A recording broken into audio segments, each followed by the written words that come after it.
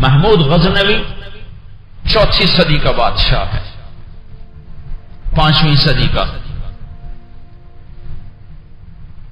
33 برس حکومت کی، 33 برس حکومت، سلطان کا لقب پایا، پہلا شخص ہے جس نے سلطان کا لقب پایا، اس سے پہلے سلطان نہیں کسی کو پایا، محمود غزنوی پہلا شخص ہے جس نے سلطان کا لقب پایا، دنیا کا سب سے بڑا بادشاہ تھا، 4 فاتح دنیا میں بڑے گزرے ہیں، سب سے اول نمبر چنگیز خان ہے فتوحات میں، دوم پر محمود غزنوی ہے، سوم پر سکندر یونانی ہے، چوتھے نمبر پر تیمور لنگڑا ہے، 2 مسلمان ہیں 2 کافر ہیں، محمود غزنوی انہی میں سے ایک حکمران ہے، نمبر 2 کا حکمران ہے۔ ایک واقعہ سنو اس کا، ایک شخص آیا، کہا جی آپ کا بھانجا میرے گھر آتا ہے، شراب پی ہوتی ہے، مجھے گھر سے نکال دیتا ہے، میری بیوی کے ساتھ وہ برائی کرتا ہے، میری فریاد آپ تک بڑی مشکل سے پہنچی۔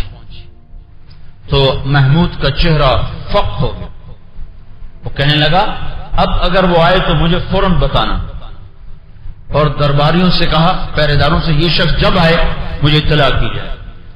تیسری رات وہ شخص آیا بھاگتا ہوا کہ جی میرے گھر میں واردات ہو گئی، تو محمود اسی وقت اٹھا تلوار ننگی لے کر تیزی سے اس کے گھر میں گیا، جاتے جا کے چراغ بجھایا اور ایک ہاتھ تلوار کا مارا، اس کی گردن اڑ گئی، اس کے ساتھ ہی وہ نیچے گر گیا، زمین پہ گر گیا، کہنے لگا وائے حق اس میں تیرا ستیہ ناز ہو، پانی لا جلدی سے، پانی لا جلدی سے۔ وہ بھاگ کے گیا، پانی لے کر آیا، پانی پلایا، کہنے کہ چراغ جلاؤ، چراغ جلایا تو اس کی لاش اور کٹی گردن کو دیکھ کر محمود نے کہا الحمدللہ۔ تو شخص نے کہا سلطان پنا یہ کیا چکر ہے، آ کے چراغ بجھایا، قتل کر کے گر گئے، پانی مانگا،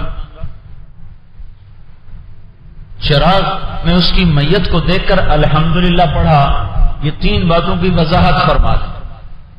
تو محمود نے کہا جس دن تم میرے پاس فریاد لے کر آئے تھے میں نے قسم کھائی تھی نہ کھاؤں گا نہ پیوں گا نہ سوؤں گا جب تک تیری عزت کی حفاظت نہ کروں۔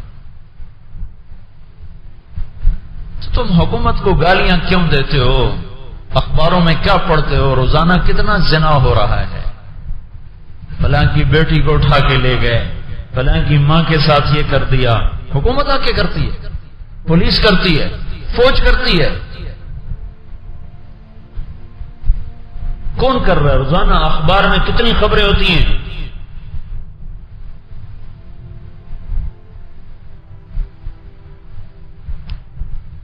ہائے ہائے، ہمارے جیسے عوام پہ عادل حکمران کیسے آ سکتے ہیں؟ کہنے لگا آج مجھے 3ری رات ہے، نہ میں نے کھایا ہے نہ پیا ہے نہ میں سویا ہوں۔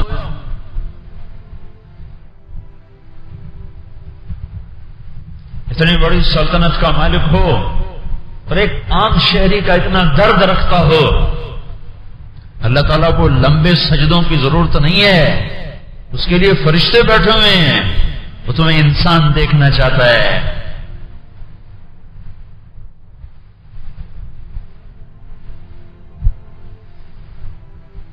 کہا 3ری رات ہے، میں نے نہ کھایا ہے نہ پیا ہے نہ میں سویا ہوں۔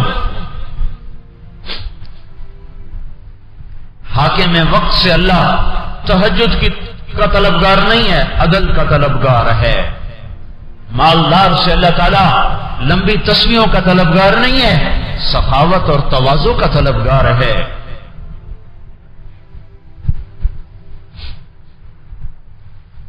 اس لیے تو دیکھتے نہیں ہو، اللہ کے نبی نے فرمایا ایک دن کا عدل 60 سال کی عبادت سے بہتر ہے۔ پھر کہنے لگے پانی اس لیے مانگا ہے کہ 3 دن کی پیاس نے مجھے بے حال کیا ہوا ہے، اس لیے پانی مانگا۔ چراغ اس لیے بجھایا کہ اگر میرا بھانجا ہے تو کہیں میرے ہاتھ کانپ نہ جائیں اس کو قتل کرتے ہوئے، اور میں انصاف کے تقاضے پورے نہ کر سکوں، کہیں رشتہ اور خون غالب نہ آ جائے۔ اور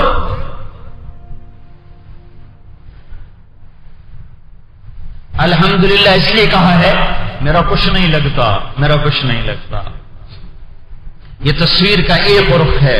تصویر کا دوسرا رخ تو میں بتاؤں، آج سے کوئی 30-34 سال پہلے کی بات ہے، ہمارے علاقے میں ایک زمیندار کے بیٹے نے اپنے ایک کمی کا بیٹا قتل کر دیا، ماچھی کا بیٹا، بڑی بے دردی سے قتل کیا۔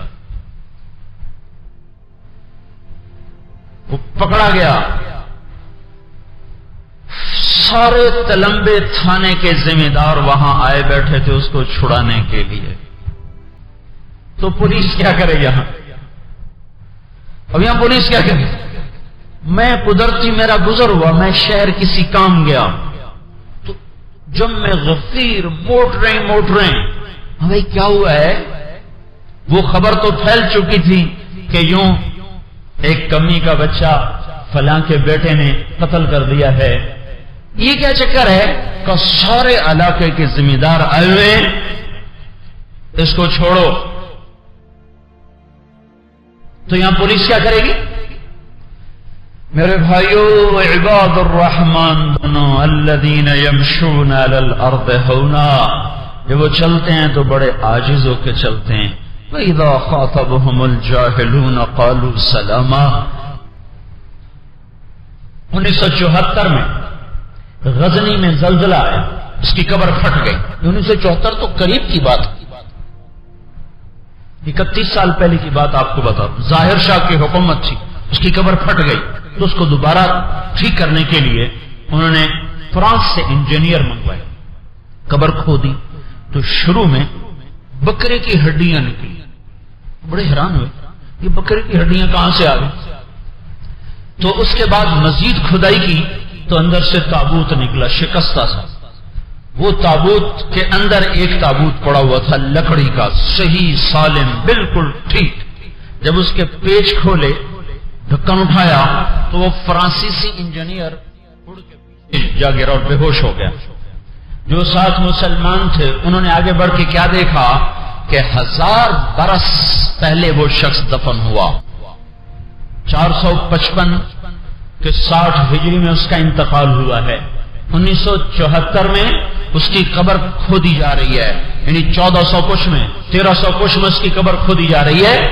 1000 سال قبر میں گزارنے کے بعد وہ ایسے پڑا تھا جیسے کوئی ابھی رکھ کے گیا ہو، کفن بھی میلا نہیں تھا۔ چلو کفن تو شکستہ ہو کے ختم ہو جائے، نیا کفن اور سینے سے ہٹا ہوا، یہاں تک سیدھا ہاتھ سینے پہ رکھا ہوا ہے۔ انہیں ہاتھ کو ہلا کے دیکھا، نرم گداز، پورا جسم سوئے ہوئے انسان کی طرح۔ 33 سال کی حکومت کے بعد، 1000 برس قبر میں گزارنے کے بعد قبر کو جرت نہ ہوئی کہ اس کا ایک بال ہی خراب کر دیتی۔ قبر تو بڑے بڑے گلیوں کو کھا جاتی ہے، کوئی ہوتا ہے جو قبر میں سلامت رہتا ہے، بڑے اولیاء یا شہداء یا پھر انبیاء، ان کے علاوہ اللہ کا قانون ہے قبر سب کو کھا جاتی ہے۔ یہ محمود تو کوئی ولی اللہ نہیں ہے، یہ کوئی مدرسے کا محدث مفسر نہیں ہے، مسجد کا امام نہیں ہے، کسی خانقاہ کا سجادہ نشین نہیں ہے، سلطان کا لقب پانے والا ہے، 33 برس دنیا کی سب سے بڑی سلطنت کی بنیاد رکھنے والا ہے۔ پھر اس کو قبر نے کیوں نہیں کھایا؟ کیا کر کے گیا تھا؟ کوئی اللہ کا بندہ بن کے مرا تھا، حکومت کا بندہ بن کے نہیں مرا تھا، اللہ کا بندہ بن کے مرا تھا، قوم کا بندہ بن کے نہیں مرا تھا، اللہ کا بندہ بن کے مرا تو اللہ نے اس کو اس قبر میں بھی آج تک اس کو سلامت کر دیا۔